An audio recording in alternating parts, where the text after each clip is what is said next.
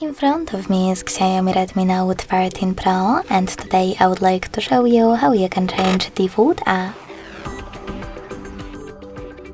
Begin by opening Play Store and installing your new defaults. I already did that, so I can go into settings right away. In those settings, scroll all the way down to access apps. Then tap on Manage Apps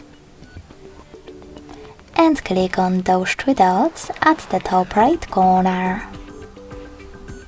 Finally, select the default apps and tap on one of those options that you wish to manage. In my case, Browser app.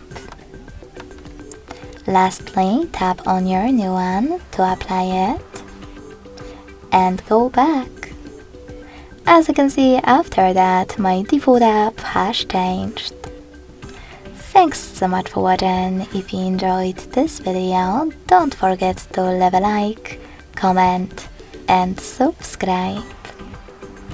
Bye!